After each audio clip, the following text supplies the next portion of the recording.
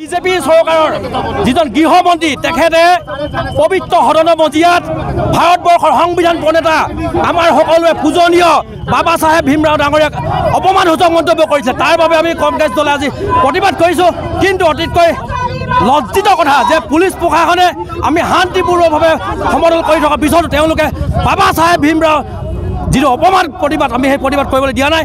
তেওঁলোকে বুজি উঠাটো উচিত যে পুলিচ প্ৰশাসনে যিজন বাবা চাহেব ভীমৰাওৰ সংবিধান প্ৰণেতা কৰি সংবিধান ৰচনা কৰি তেওঁলোকক চাকৰি পোৱাৰ সুযোগ দিছে, আজি তেওঁলোকে সেইজন বাবা চাহেব ভীমৰাওক পুনৰ হত্যা কৰিব বিচাৰিছে।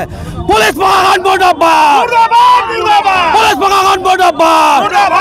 17 ডিচেম্বৰ তাৰিখে ৰাজ্যসভাত ভাৰতবৰ্ষৰ যি গৃহমন্ত্ৰী অমিত শ্বাহে দেশৰ সংবিধানৰ প্ৰণেতা ভীমৰাও বাবা চাহেব আম্বেদকাৰক যি অপমান কৰিলে, সেই অপমান আমি কেতিয়াও সহ্য নকৰোঁ। সেই মৰ্মে আজি নিখিল ভাৰত কংগ্ৰেছ কমিটিৰ নিৰ্দেশমৰ্মে তথা অসম প্ৰদেশ কংগ্ৰেছ কমিটিৰ নিৰ্দেশমৰ্মে আজি আমি অসমৰ বিভিন্ন ঠাইত আমি প্ৰতিবাদ সাব্যস্ত কৰিছোঁ।